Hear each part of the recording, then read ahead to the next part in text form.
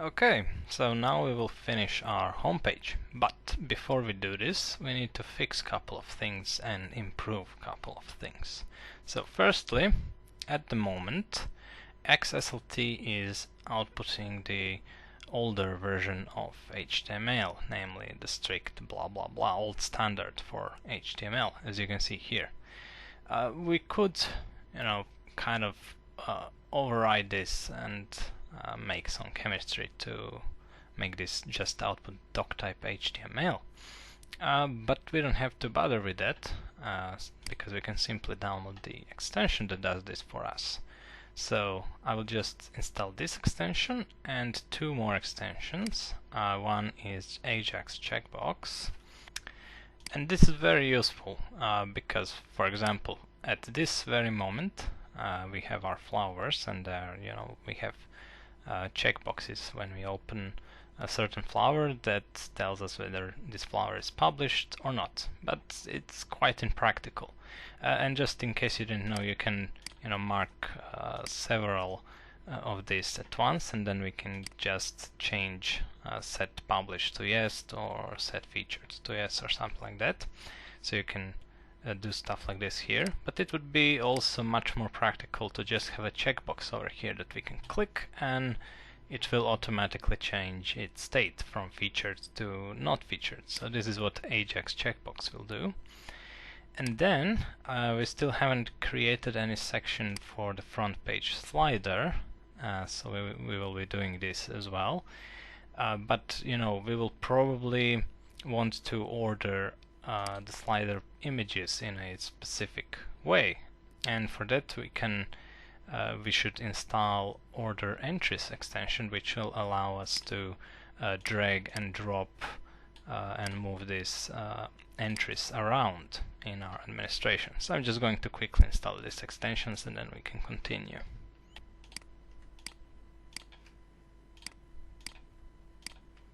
Okay, so now the extensions should be installed, and now if I refresh the page I should get the proper doc type.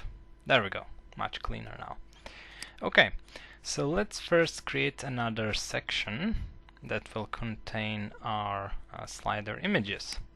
Now we could, for example, create a section that will have a multi-upload field, and then we could have every entry would be a different slider. But in this case I'm just going to create a section that will represent one slider where we can enable or disable images, because we will use it only on the front end. So every slide should have like an image that we will upload, and for that I've just used a simple file upload field. I've set the validation rule to image, and we will also have a checkbox which tells us if it's enabled or not. So let me just collapse this, and I will also add a entry order field. So this is from the extension that we have installed just now, and this will allow us to order order our entries in a specific way. So I just put this order, and let's hide this on the publish page because we don't want to display this while we are editing this. We just want to enable user to reorder entries in the entries table. And yeah, okay, so that should be okay. Save changes, and I'm just going to quickly create several entries for this section. There we go, and as you can see now we have checkboxes that are available directly here in the grid, and we will automatically update entry, and we can also reorder our stuff. We just need to click here on the order. That way we will enable the ordering, and there we go. Great. So let's also just quickly create the data source that will only give us the slides that are ordered by their order and that are enabled. There we go. So I have selected the source of my slides, which is from the home slides section. I have filtered so that I only get enabled slides, and I want to sort them by order, in ascending order, so that slides with the lowest index come first. And I have also only selected the slide field because we are only interested in this image. We are not interested in whether they are enabled or what their order is, because we are already getting them ordered and enabled. So I'm just going to create this data source, and also I have assigned it to the home page. So let's create the data source, and now we are ready to finish our home page. So let's debug. And now we should get another data source besides the featured flowers. As you can see, we have home slider, we have entries, we have our slide in here, and file name, and some meta information about this file. Great. So now I can just close this too and open my editor, and we can get back to working on our home page. So I'll just open that as well. Okay, so first let's try and output our featured flowers on the home page. What I'm going to do first is create another partial, and I will call this partial flower preview or something like that. Like so, XSL, paste the template. Okay, so we want to match this template to the featured flowers entries. So let's do this. Let's say that this will match entry, and in here we need to make our HTML for our featured flowers. So I'll do just that quickly. There we go. So I've created the template for our, actually the partial for our featured flowers. And now in the home, and notice we are not in the Symphony's pages directory, but in our theme page directory. So this is actually a child page, home. Here we will include this partial. So we will say up one level, partials, and flower preview.xl. It's really hard to talk and type at the same time. And now we need to apply this template. So let's apply this to the, since we are already in the data node, always keep this in mind. We are currently within the data node, and now we can relatively access featured flowers / entry. So we'll do just that. So we are basically selecting all entries within the featured flowers. And now, as you can see, our template is matching the entry. So the XSL will automatically apply this here because it matches this description. And we also need to remove this mode. And remember from the previous video that I told you that you can use mode to differentiate better between the templates that you want to use, because sometimes you will want to generalize this to work for different cases. And if you have two templates that are matching the entry in the same file without the mode, you could get a mess. So let's refresh, and as you can see, we are getting our flowers in here, and we are getting too many, and this is because I have probably messed up something in the data source. So I'll just fix this quickly. So featured flowers data source, and I didn't check enable pagination, so we want to get only 6 entries, not 9. Save the changes. There we go, that should work now.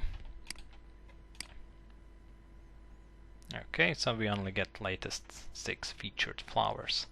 And at the moment I'm just using a temporary image file here, so, and I could actually make it a little bit bigger, so let's just change this to 100 by 100, refresh, and there we go. We'll output the real images later, but for now let's just do it this way. Okay, so now the next thing we need to do is to set up our slider. So in our home child page, I'll just create two sections, one for slider and one for featured flowers. So section, we'll call this slider, and this will be a row. Since I'm using grid system, I'll just create a div that's of col 12, and in here I'll just create I don't know, slides, div.slides, or slides like so, and in here we will output our slides in as list items. So for that we'll obviously need a for loop. So let's say select all, what shall I call it, home slider. So home slider slash entry, like so. And let's move this in here, and we want to output the image, and its source will be actually I need to put the path here. So our images are within the workspace. Let's first put that workspace. Then we need to put the slash. Then we need to get path. So path is an attribute on the entry. And let's actually make this entry slash slide, so we can immediately work on the slide node. And so we want to get the path,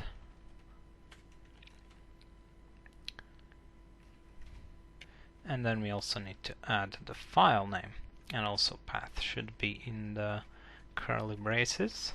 So let's just do this here, and again file name. Was this correct? Yep. Great. And alternative name. So let's just output file name as well for now. There we go. And if we go to the home page now, we should get our slide images. Great. And now the only thing we need to do is to apply some jQuery script or some JavaScript slider to it. Great. So let's see how we can do this. So we would obviously need to include a slider script into our page. Now we could, for example, go to our master theme over here and include it in this part over here. So let's do just that. I'm using unslider. So in here I have unslider. So unslider.js. And then we also need to include my home script, which is gibberish for some reason. There, fixed it. For some reason all of my files in the JavaScript folder were in hexadecimal format. I don't know what it is, but well, now it's fixed. Okay, so I have put in the index XSL jQuery, I have included the unslider CSS and unslider script, and I have also included the home.js script. So if I go to the home page now, you can see that the slider is working.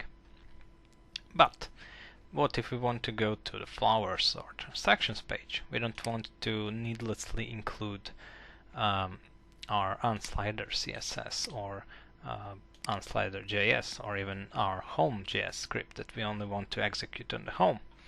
And for that we will introduce XSL positions so that we can simply, in our home XSL, simply create a new simply create tags that we want to inject in the certain parts of our index XSL. So let's do this just now. There we go. So first I'm including my main CSS, which will be available on every page, and then I'm just defining position that will allow me to include different CSS files from my child page. So let's see how this works. And we have already seen this, so I'm just exploring, giving you some tips and as how you can actually use this concept. So in my home child page, where we have defined how we output our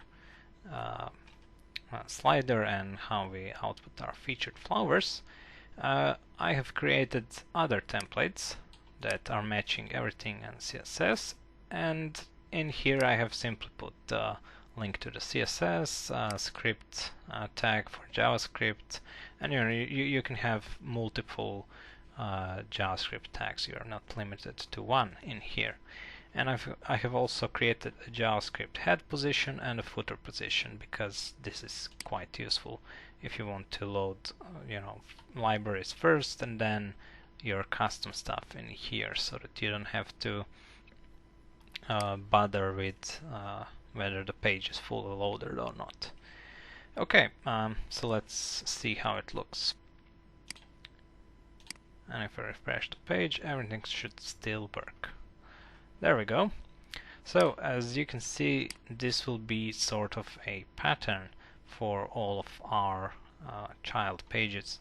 We will have the place where we are actually defining the outline of our page, and a place where we are doing some configuration and including files. That is just how I like to organize stuff. So there is one little thing that's bothering me. So first of all, I would like to put a section tag here as well. I'll call this featured, like so, and this will also be a row, so I'm just going to have this. Great. And this is not really the ideal HTML at the moment for the home page, and also this image is too big. We'll fix this later. So let me just inspect quickly and show you what I mean. Now we are having our sections for slider and featured within the main tag, and I don't really want that. I want to have only these two sections without the main tag on my home page. So let's see how we can do this. And also on other pages I simply want to put my content within the main tag, because that's more semantic in a way. So let's explore how we can do this. So obviously we'll have to change something in this part in our parent page, in our main template, master page, whatever you want to call it. So let me just quickly do it, and then I'll explain what I did. There we go. So as you can see, I've made a little case switching over here.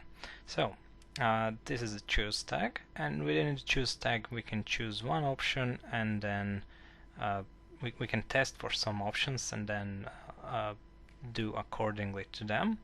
And we can also set the final option. So here I'm saying, okay, so when our page types /item is equal to index, this means the home page, then just apply templates without wrapping them in the main tag. But if that's not the case, then I just want to wrap everything, all the templates that I'm applying here in the main tag. So let's take a look at how our index, how our homepage looks now. And as you can see, these two are not wrapped within the main tag.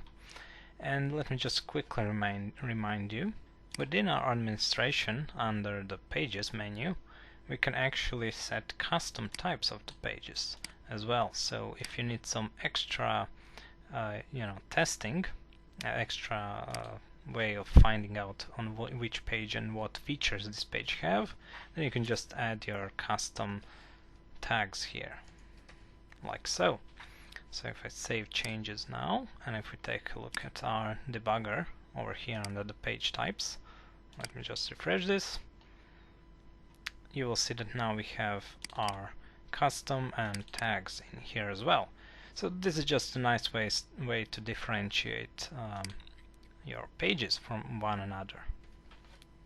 So now I think this would be enough for one video. In the next video I'll show you how to automatically cut images to correct sizes that you want, and how to output all this stuff. See you in the next video.